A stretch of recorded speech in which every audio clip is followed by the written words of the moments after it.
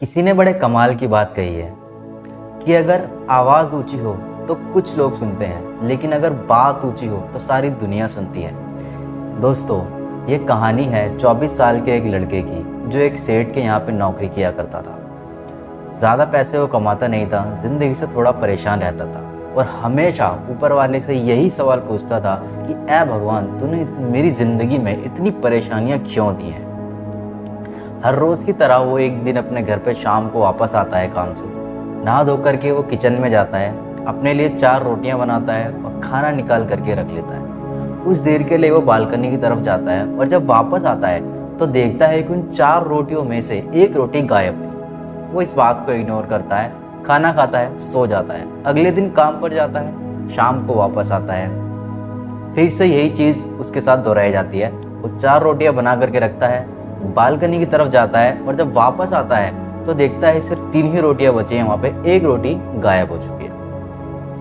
अगले दिन वो डिसाइड करता है कि आज मैं पता लगा करके देखूंगा कि आखिर ये रोटी जाती कहाँ है। वो घर पर आता है, 4 रोटियां बना करके रखता है और साइड में खड़ा होकर के देखने लगता है कि आखिर ये रोटी जाती कहाँ है। तो देखता है कि एक बहुत मोटा सा चूहा आता है और रोटी को लेकर के चला जाता है। अब जैसे ही चूहा आता है और रोटी को वो अपने दांत में दबाकर भागने की कोशिश करता है, वो लड़का उस चूहे को पकड़ लेता है। चूहा उससे चीख करके कहता है कि भाई ये क्या कर रहे हो, मुझे छोड़ दो, ये तो मेरी किस्मत की रोटी है, ये मुझे ले जाने दो।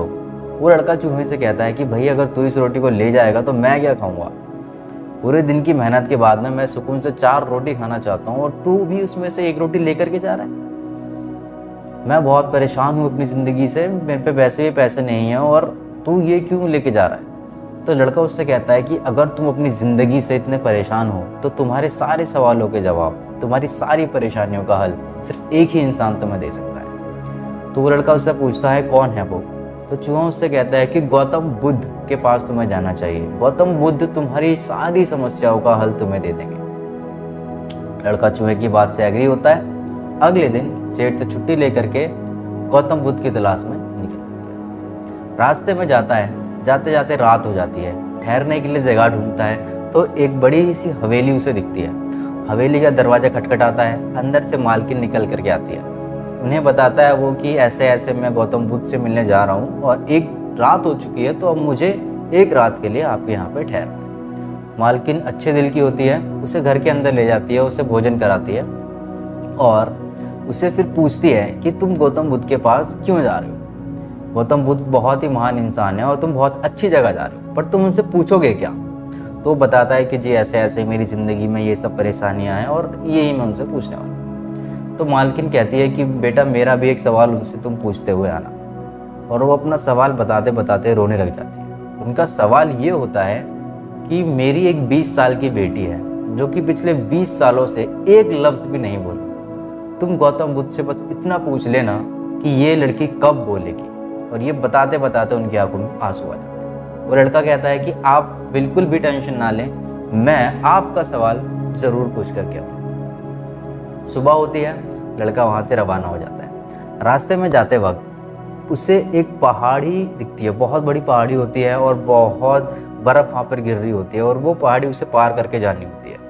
लड़का सोचता है भाई बड़ा कठिन रास्ता है, ये तो बहुत परेशानी भरा है और मैं कैसे इसे पार करूँगा। वहीं साइड में उसे बैठे हुए एक बहुत वृद्ध साधु दिखते हैं जो कि लगभग हज़ारों सालों से वहाँ तपस्या कर रहे होते हैं। वो साधु जी के पास जाता है, उन्हें प्रणाम करता है, बोलता है साधु जी मुझे ये रास्ता पार करा दीजिए, बहुत कठिन और दुर्लभ रास्ता है, मुझे प्लीज़ ये पार करा दीजिए, मुझे गौतम बुद्ध से मिलने जाना है। साधु उससे कहता है कि ठीक है, मैं तुम्हें ये पार तो करा दूंगा, बट तुम्हें गौतम बुद्ध से मेरा एक सवाल पूछते हुए आना होगा। लड़का कहता है कि ठीक है जी बताइए।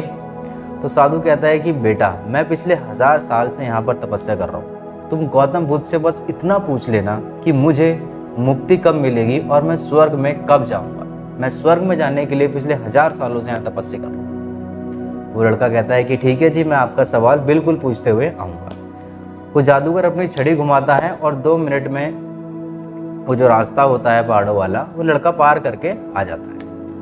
आगे पड़ता है एक रेगिस्तान, बहुत ही गर्म रेगिस्तान होता है वो, और उस रेगिस्तान में एक नदी बह रही होती है और वो नदी उस लड़के को पार करके जानी होती है। फिर से लड़के के सामने समस्या है कि भाई नदी पार कैसे करी जाए। वहीं उसे एक कछुआ दिखता है, बहुत बड़ा कछुआ, वो उस कछुए के पास जाता है और पूछता है, कछुए जी क्या आप मुझे नदी पार करा सकते हैं? कछुआ कहता है कि मैं आपको नदी तो पार करा दूंगा, बट आप ये बताइए कि आप जा कहाँ रहे?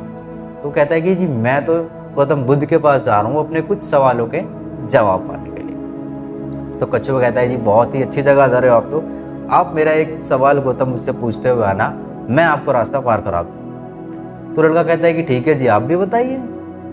तो कछुआ कहता है कि मैं पिछले 500 सालों से इस नदी में हूँ, गौतम बुद्ध से बस ये पूछ लो कि मैं ड्रैगन कब बनूंगा और मैं कब उड़ पाऊंगा। तो कहता है ठीक है जी, आपका सवाल भी पूछते हुए आएंगे। अब कछुआ जो होता है वो लड़के को अपनी पीठ पर बैठा करके नदी पार करा देता है। अब लड़का जैसे तैसे पहुंचता है गौतम बुद्ध के पास। गौतम बुद्ध के पास वो जैसे ही पूछता है, गौतम बुद्ध आते हैं। गौतम बुद्ध कहते हैं कि मैं आप जितने भी लोग वहाँ पर बैठे होते हैं सभा में, गौतम बुद्ध कहते हैं कि आप एक एक करके मुझसे सवाल पूछ सकते हैं, लेकिन मैं सिर्फ हर इंसान के मैक्सिमम 3 ही सवालों का जवाब दे सकता हूँ। अब लड़के के आगे समस्या, क्योंकि लड़के के सवाल हैं 4।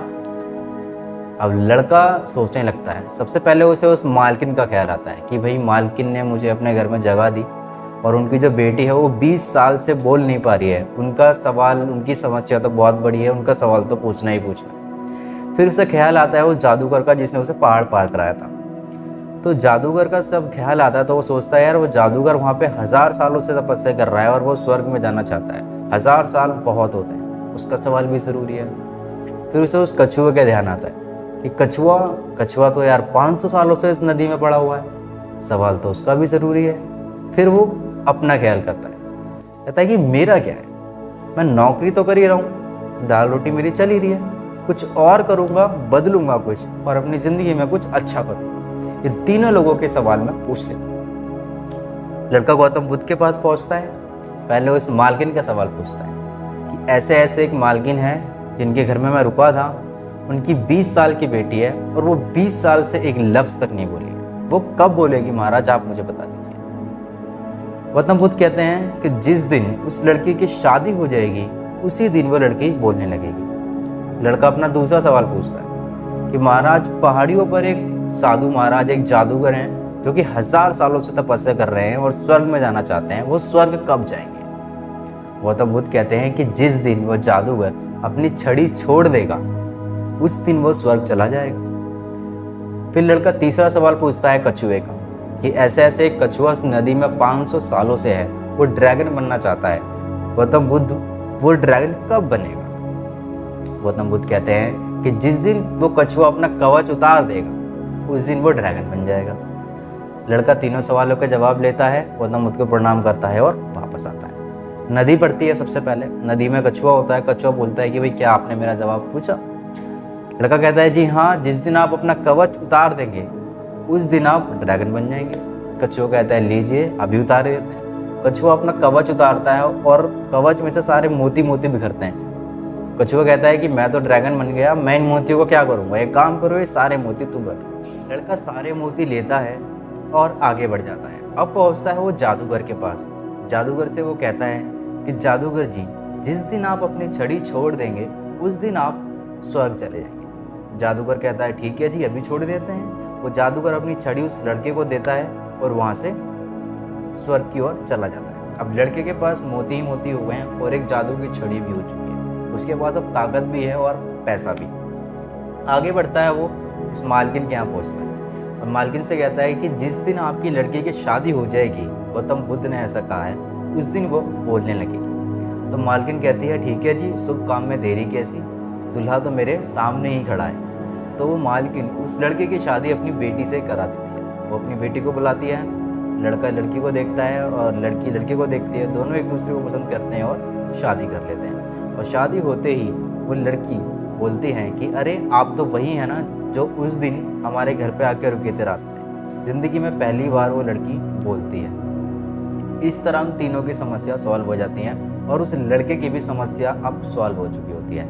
उसके पास मोती ही मोती आ जाते हैं जिनसे वो पैसा ले लेता है। उसके पास जादू की छड़ी है क्योंकि उसके पास पावर है और अब उसकी शादी भी हो चुकी है और अच्छा जीवन वो बिताने लगता है। तो मोरल ऑफ द स्टोरी ये है कि हम लोग ज़िंदगी में हमेशा अपनी परेशानियों से दुखी रहते हैं। अधिकतर वो परेशानियाँ इतनी बड़ी नहीं होती, फिर भी अधिकतर टाइम क्या होता है, अपनी छोटी सी परेशानियों को बहुत बड़ा बना लेते हैं। बट दुनिया में ऐसे बहुत लोग हैं जो कि हमसे ज़्यादा परेशान हैं, और अगर हम उनकी मदद करते हैं उनकी परेशानियां सॉल्व करने में, तो हमारी परेशानी ऑटोमेटिक ही सॉल्व हो जाती है। ये है moral of the story. I hope कि आपको ये कहानी पसंद आई हो, और आप अपनी राय बताइए कि आपने इस कहानी से क्या और सीखा।